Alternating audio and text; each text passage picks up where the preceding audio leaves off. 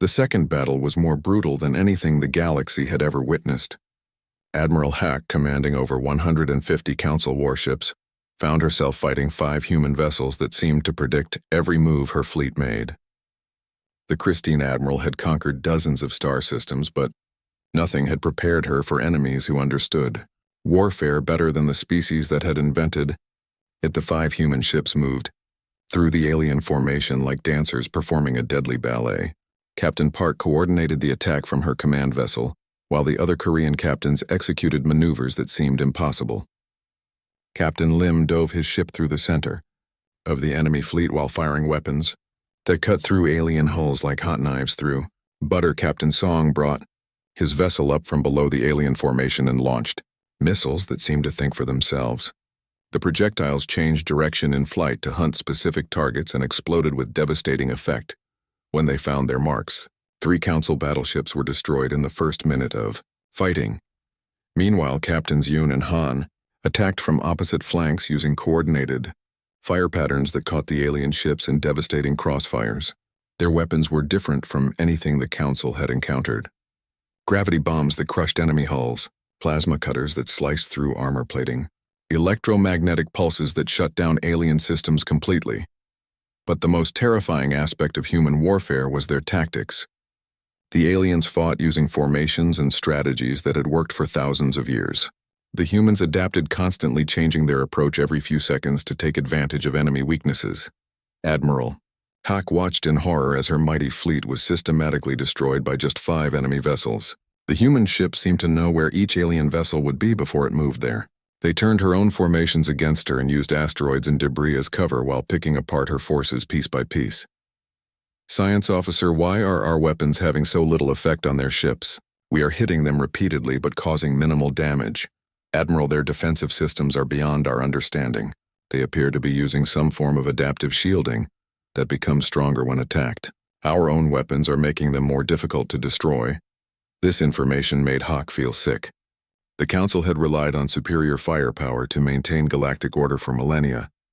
If their weapons were useless against human technology, then everything they had built was in danger. The battle continued for 2 hours as human ships dismantled the alien fleet with surgical precision. Council vessels that had terrorized countless worlds found themselves helpless against enemies. The alarm bells screamed across Unity Point Station like wounded animals crying for help. Captain Lee Taman stood on the bridge of the human flagship Soul Pride, watching red warning lights flash on every screen. The messages flooding in from across the galaxy all said the same terrible thing. The Void Swarm had returned. For 1,000 years the galaxy had lived in peace, thinking the ancient enemy was gone forever. The 12 species of the Galactic Defense Council had stories about the last war passed down through generations of how their ancestors barely survived against creatures that ate entire star systems. The swarm was not alive in any way normal beings could understand. They were pure hunger turning planets into empty rocks floating in dead space. Now they were back, and this time they seemed smarter. Admiral Park Hyejeon walked into the emergency meeting room on Unity Point Station. Her uniform was perfect as always, but Taman could see worry in her eyes. The other alien representatives were already there. The tall blue Altarians with their forearms kept checking their data tablets. The rock-like Gronites whispered in their grinding language that sounded like stones breaking. The wise Ethereals floated like jellyfish made of light, but even they seemed nervous. Eugene activated the holographic display showing the latest reports. The Void Swarm had attacked 3 systems in the past week.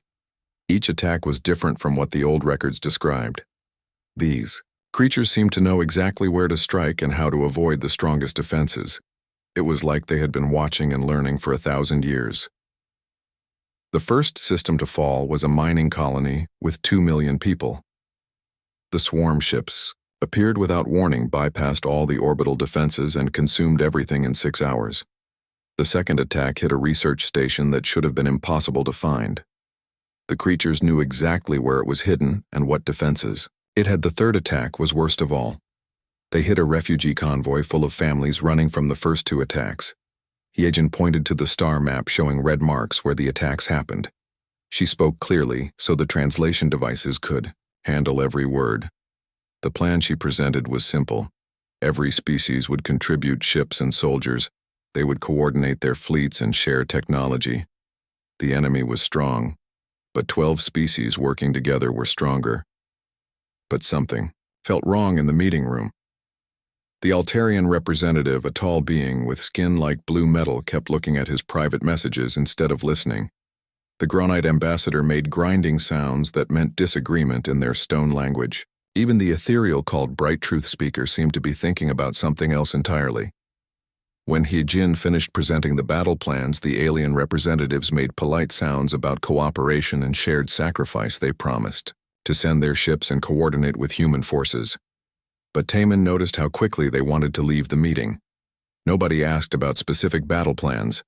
Nobody wanted to discuss which fleets would fight where. It felt like they were all planning something else.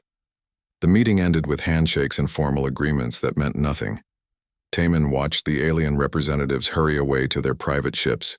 Nobody stayed to work out details. Nobody seemed interested in actually fighting. Together, 3 days later, the betrayals began. The first message came from the Altarian High Command. Their homeworld was under direct attack. They said all their ships had to return immediately to defend their families. The message was polite and full of regret, but it meant humanity had just lost their strongest ally and a quarter of the planned fleet strength.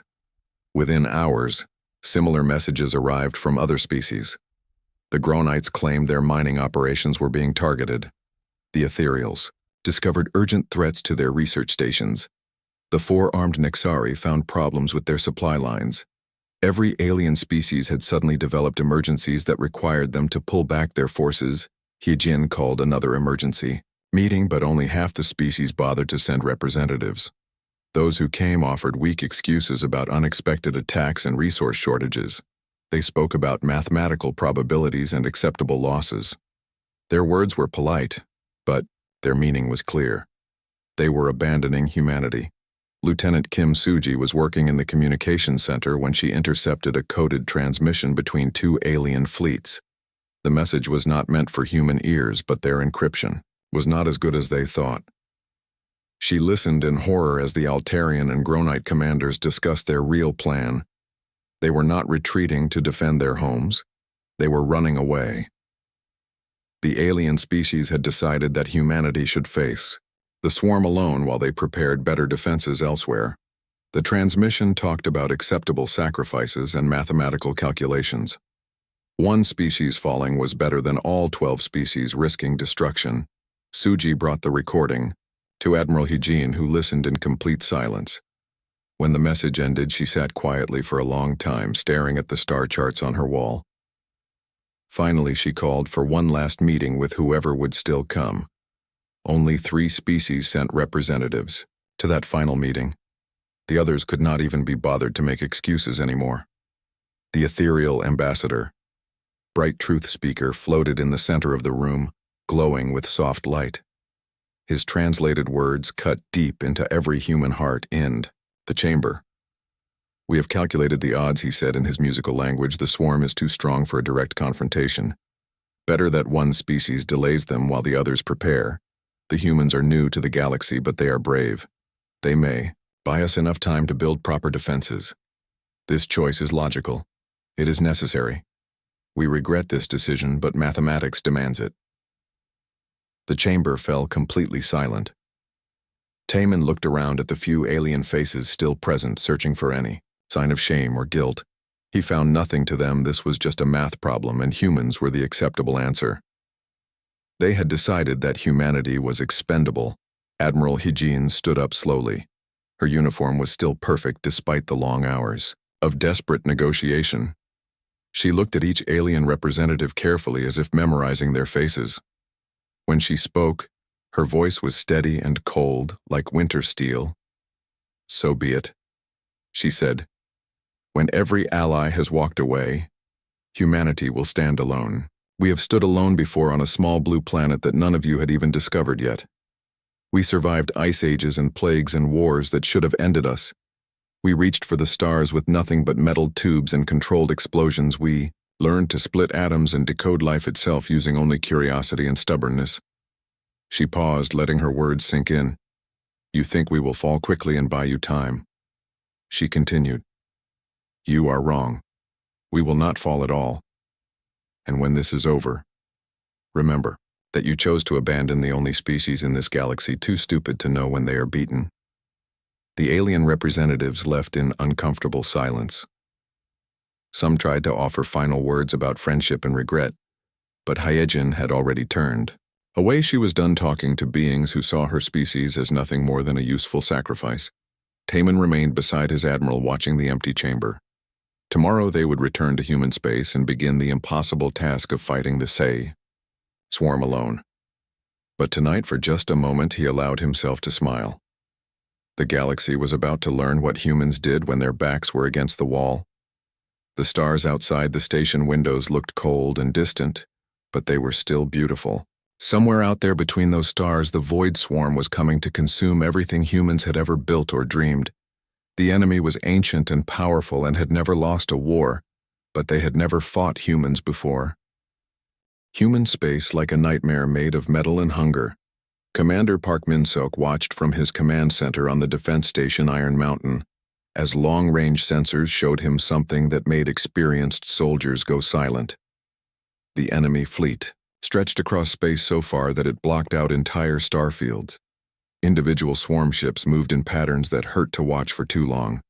They merged together and separated like drops of living metal flowing through space. Each creature was the size of a building, but they moved like parts of a single massive organism. The fleet looked less like ships and more like a disease spreading through the darkness. Iron Mountain defended the frontier colony of New Jeju with 12 human ships and 3,000 crew members. Nobody expected them to win. Their job was simple: delay the enemy as long as possible while gathering information about their new capabilities. Every second they bought might help the main human fleet prepare better. Defenses. The first attack came without any warning or attempt at communication. Swarm scout creatures that looked like metal spiders, the size of office buildings, poured out of the main fleet. They accelerated to speeds that should have torn them apart and ignored the human warships completely. Instead, they headed straight for New Jeju's orbital factories. Lieutenant Bae Sulgi commanded the corvette Dancing Blade and watched in horror as the scouts latched onto the mining stations. The creatures began feeding immediately. Their metal bodies started glowing as they consumed the stations piece by piece, turning industrial equipment into fuel for their own growth. Min-sok ordered all ships to attack the scouts, and the battle revealed how much. The swarm had changed human plasma weapons that should have melted through the creatures, barely scratched their adaptive hulls. The energy beams seemed to make the scouts stronger instead of weaker. Missile strikes that should have blown them apart caused them to split into smaller, faster versions of themselves. But humanity had changed too. Lieutenant Sulgi activated her ship's Chaos Protocol, a system that randomized every aspect of her attack. The Dancing Blade became impossible for the swarm. To predict, its weapon frequencies changed every few seconds. Its flight pattern followed no logical course. Its shields shifted between different energy types faster than the scouts could adapt. The corvette danced between swarm attacks, like its name suggested. While the creatures tried to calculate her next move, Seulgi was already somewhere else entirely. Her weapons struck from unexpected angles using energy types that changed their basic properties between shots. The Iron Mountain station itself provided the second surprise. Instead of fighting like a normal defense platform, it began launching what looked like simple cargo containers at the swarm fleet. The containers exploded harmlessly against the creatures' hulls, and the scouts quickly learned to ignore them. That was exactly what Commander Min-seok wanted. Each container held a different experimental weapon designed by human engineers who clearly read too much science fiction. Some released clouds of tiny robots programmed to reproduce using swarm metal as building material. Others created small black holes that confused the creatures' navigation systems. One container held nothing but thousands of recordings of human music played at frequencies that caused visible pain to creatures used to the silent harmony of their hive mind. But the most effective weapon turned out to be something nobody had planned. Sergeant Kim Do-yeon was defending one of the orbital factories when he ran out of ammunition. The swarm scouts were almost on top of his position, and his squad had nothing left to shoot. In desperation, he started throwing pieces of broken equipment at the approaching creatures. The improvised weapons should have been completely useless against enemies that had survived every advanced weapon in the galaxy. Instead, something incredible happened. The scouts stopped feeding. Their metal bodies went completely still. Across the entire battlefield, every swarm creature began turning toward this one human soldier who was fighting them with literal garbage and unlimited stubbornness. For exactly 47 seconds, the ancient enemy experienced something they had never felt before: curiosity. The moment of confusion gave the defenders time to evacuate most of New Jeju's population to hidden bunkers on the planet's surface. When the swarm resumed their attack, they did so with obvious frustration. These humans refused to behave in any predictable way. The battle for New Jeju lasted 18 hours and ended with the fall of human defenses. But the cost to the swarm was unlike anything in their species' history. For every human ship destroyed, they lost dozens of their own creatures. More importantly, they failed to capture or consume a single human alive. Every soldier fought until their weapons broke, then kept fighting with their bare hands. Every civilian chose to die in the bunkers rather than be captured. Every computer system destroyed itself rather than let the enemy learn human. Technology Commander Minseok made his final report from Iron Mountain's command center as swarm creatures burned through the hull around him.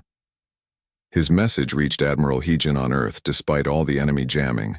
"They expected us to run or surrender," he said calmly as explosions shook the station.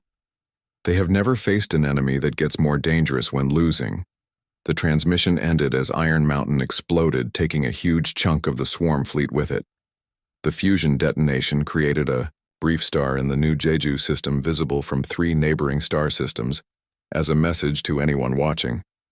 Humanity burned bright when it burned. Dr. Nam Yuna analyzed the battle data from her laboratory on Earth, and her conclusions changed everything about human strategy. The swarm's reaction to Sergeant Kim's improvised attack was not confusion, it was recognition. For the first time, they had met something that reminded them of their own species' origins before they became a collective. Intelligence focused only on consumption. They remember what it was like to be individuals, she reported to the Defense Council. Millions of years ago, before they became the swarm, they were probably not so different from us. Desperate creative fighting for survival against impossible odds. They see something familiar in how we fight, and it scares them, because it reminds them what they gave up to become what they are now. Admiral Heejin listened to the analysis while studying star charts that showed the swarm's advance toward the core human systems. The enemy would reach Earth within 6 months. Now she knew they were not just fighting a mindless force of nature. They were fighting the ghosts of a species that had chosen survival over individuality, efficiency over creativity, certainty over the beautiful chaos of free will. The aliens who had abandoned humanity thought the swarm was unstoppable. They were wrong. The enemy could be stopped, but not by bigger guns or better shields. They could be stopped by reminding them of what they used to be. Good, Heejin said finally. Let them remember what they gave up. Let them see what humanity chooses to remain. Outside her office window, the stars looked the same as always, but now she knew those stars held an enemy that was afraid. Not afraid of human weapons, but afraid of human nature. Afraid of being reminded that there were other ways to exist besides the cold efficiency of the hive mind. The swarm was coming to consume humanity. But they might find instead that humanity consumed them. Not their bodies or their ships, but something far more important. Their certainty that they had chosen the only way to survive in a hostile galaxy. The war was just beginning, and already the ancient enemy was learning that humans were the most dangerous species they had ever encountered. Not because of their technology, but because of their stubborn refusal to become anything other than themselves. The war changed completely when the first swarm creature deliberately chose to stop fighting. Private An Minji was defending the ruins of New Seoul when she found herself face to face with a swarm warrior in what used to be a shopping mall. The creature was a nightmare of biomechanical parts with weapons that could have destroyed her instantly. But instead of attacking it, simply stood still and made what could only be described as a questioning gesture. Minji had been fighting for 3 days straight with no sleep and almost no ammunition. She was tired, scared, and confused about why anyone would want to consume the entire universe instead of creating beautiful things in it. So she did something that violated every military protocol she had ever learned. She sat down and started talking to the creature. She told it about her family back on Earth, about her dreams of becoming a teacher before the war started, about her fear that she might die without ever falling in love. She talked about human art and music and poetry, about the way sunrise looked different on every planet, about why humans chose to have children, even knowing the universe was dangerous. The swarm warrior listened. For the first time in millions of years, a swarm creature experienced something like empathy, and the feeling spread through the local bio-network like wildfire. Within hours, entire sections of the swarm fleet stopped their attacks to deal with emotions and concepts they had forgotten existed. Individual swarm creatures began separating from their collective structure, and when they disconnected from the hive mind, they did not die as everyone expected. Instead, they began to think and act as independent beings, confused and frightened, but undeniably alive in a way they had not been for countless ages. The first defection happened 3 days later, when a small swarm scout ship landed near the human defense lines and broadcast a simple message in broken human language. Want to learn? Want to understand? Want to be individual like you? Commander Kang Jiwoo found himself in the bizarre situation of teaching basic concepts of free will and personal identity to beings that could have conquered the galaxy if they had stayed united. The defected creatures were eager students desperate to understand ideas like having your own name, making personal choices, and creating things just because they were beautiful. Dr. Nam Yuna established the first contact protocols with defected swarm creatures in a research facility that felt more like a school than a military installation. The aliens who had once been humanity's greatest enemy now sat in classrooms learning to read human literature and create their own art. But the war was far from over. The core of the swarm, the ancient collective intelligence that had guided their species for millions of years, recognized the threat that human individuality represented. It began purging infected creatures from the fleet, destroying its own forces rather than risk the spread of independent thought. The purges created something that had never existed before. Swarm refugees. Thousands of creatures that had begun thinking as individuals fled the main fleet and sought protection with human forces. They brought detailed knowledge of swarm technology and tactics, but more importantly, they brought proof that redemption was possible even for a species that had consumed half the galaxy. Admiral Park Hye-jin faced the most difficult decision in human history when the refugee creatures offered to fight alongside humanity against their former collective. Accepting their help could win the war, but it meant trusting former enemies who still looked like nightmares and possessed weapons of unimaginable power. The decision came down to a vote by the Human Defense Council. The debate revealed everything about why humanity fought differently from other species. Some argued for accepting any ally against the swarm. Others insisted that human strength came from fighting alone against impossible odds. But the winning argument came from 8-year-old Park Ji-hoo, whose parents had died in the first swarm attacks. She spoke to the council through video link from the refugee camps where human children were teaching former enemy creatures about friendship and kindness. "They are not our enemies anymore," she said with the simple wisdom that only children possess. "They are lost and scared and trying to learn how to be good. Just like us." The alliance between humanity and swarm defectors created the strangest military force in galactic history. Human soldiers fought alongside creatures that used to be their nightmares, teaching them concepts like sacrifice for others, fighting for principles, instead of survival, and choosing to protect instead of consume. The reformed swarm creatures had no experience being individuals in combat. They had never felt fear for their own lives or concern for their comrades, but they learned quickly from human examples of heroism and self-sacrifice. Captain Lee Taemin commanded the first mixed human swarm fleet in the Battle of Centauri Gates, where refugee creatures proved their commitment to individual existence by fighting with desperate courage against their former collective. They had given up the certainty of the hive mind for the chaos of personal choice, and they defended that choice with their lives. The battle became a turning point when a defected creature that had chosen the name Seeker of Beautiful Things sacrificed itself to save a damaged human ship. The act of voluntary self-sacrifice for others spread through the bio-network like a revelation. More swarm creatures began questioning the logic of endless consumption and collective existence.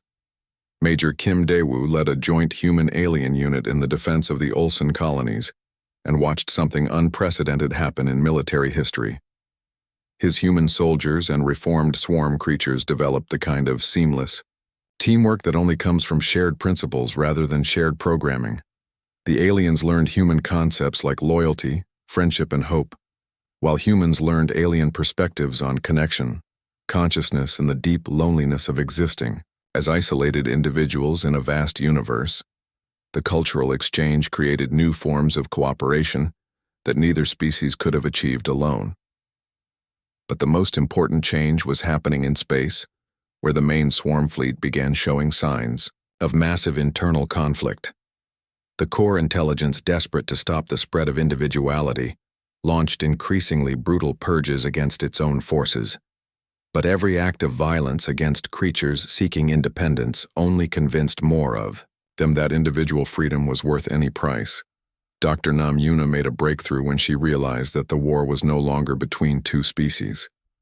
It had become a civil war within the swarm itself, between the collective intelligence that demanded conformity and the individual creatures that were rediscovering personal identity.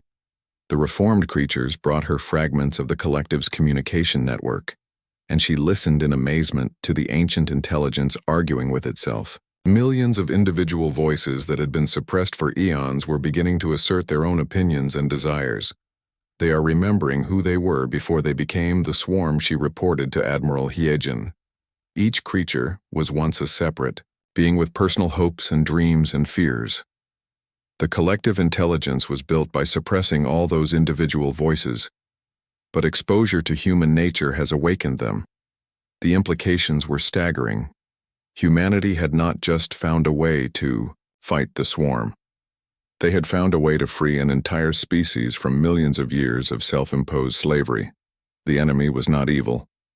They were prisoners, trapped in a collective existence that had made them forget what it meant to be alive. The war continued, but its nature had fundamentally changed. It was no longer a battle for survival. It was a rescue mission on the largest scale imaginable. Humanity was fighting to liberate not just themselves, but an entire species from the prison of their own perfection.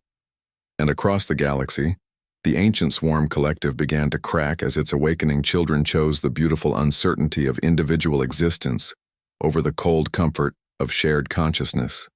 The enemy was becoming an ally, one awakening mind at a time. The swarm's advance through human space became a lesson in why other species thought humans were too chaotic to be truly dangerous.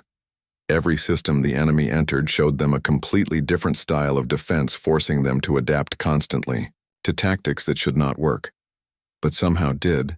Captain Yu Jinha commanded a fleet of converted cargo haulers in the Taejon system. His ships had been gutted and filled with kinetic projectiles, turning peaceful merchant vessels into weapons of war. Instead of fighting like normal warships, they fought like a school of fish, swarming around the massive swarm creatures and releasing their cargo at point-blank range.